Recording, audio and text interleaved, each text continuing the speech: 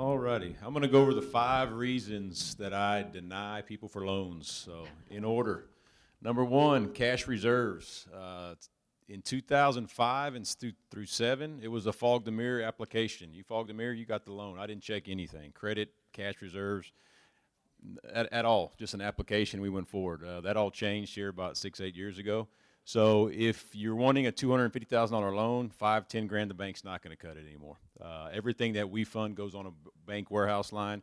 We have to pledge those financials to the bank, so therefore we have to have, I've got to see that you can float this note for 6 or 9 months until you get it sold. So if you're borrowing 200 grand, I want to see 25, 30,000 liquid that you can pay the note until it's due over your costs of the project regardless. I'm not going to build them in. We're not going to, inflate the price. In today's time, usually the loans are high enough loan to value where there's not any room to add fluff in it unless it's a new construction loan for the most part. So number 1, got to have money. People see stuff on TV and read books and go to seminars and they say you can do this, you can borrow money with no money down. You can. The hard money guys have tightened up. There's a few out there, but a lot of them went by the way 6, 8 years ago, are no longer with us because of that strategy. So number 2, repayment ability. Got to be able to refinance the property. If it doesn't sell, I want to see multiple ways out of the property. What are you going to do? I can't have plan, option number 2, me and Scott gets to foreclose on it and Scott owns the house. So you got to show me that if you can't sell it, what are we going to do? If you're going to come to me and you want to buy it for a refi, but you're not qualified yet, then I'm going to say, okay, that's fine. Go show me you can get qualified, meet with your banker, wherever, get that lined out ahead of time, and then we'll close and move forward. So I want all the due diligence done up front. We're not going to close on an interim loan and then go look for a refi lender. We're going to go get a refi lender first and then get the interim loan. Number 3 would be location. Obviously, investors pick up houses in all types of creative locations, busy streets, next to a restaurant, next to a bar, stuff like this that's going to hurt our value. I'm going to really look at that closely, and I see them all the time. I mean, mainly busy streets are a big deal. If the garage faces a street, I'm probably out of the deal. If it's a busy thoroughfare and you have a house and they got to back out of that every day, who wants to live there? They're going to move 2 or 3 houses in the neighborhood and buy that house, so that's going to be a problem and I see them all the time. So it's scenarios like that, I'm going to back out and say either be a real low loan to value, and you'll put some good money in the game, or I'm out of that deal. I'm not going to fund that transaction. Number 4, or 3 or 4, valuation appraisals.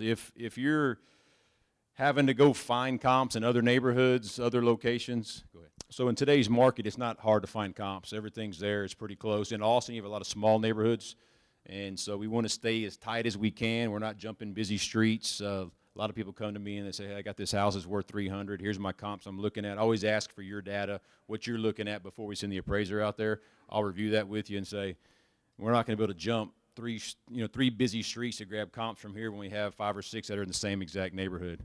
I see you reach.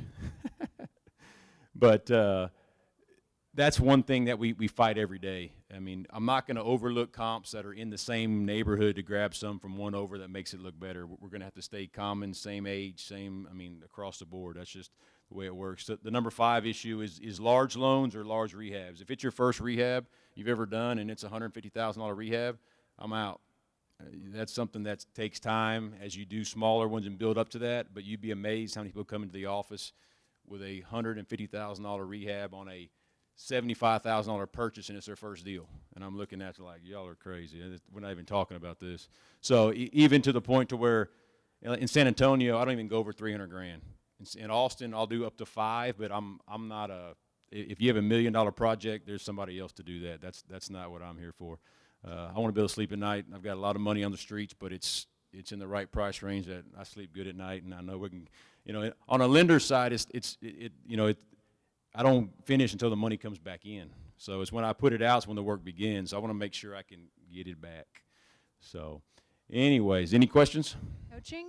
Is anybody in here wanting free coaching? Go ask a hard money lender whether or not they'll fund your deal. If they say no, you just got a very valuable free coaching, right?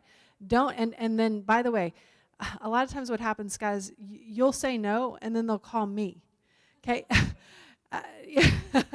if Scott says no, I'm probably going to say no too, right? And you shouldn't say no. A lot of people would say, well, back out of that deal, right? The money's not there. What should you do instead?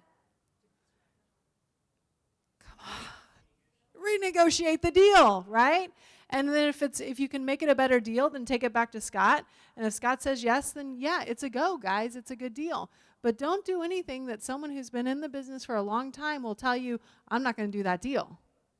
That is solid, sound, good advice. So thank you for sharing that. I appreciate it.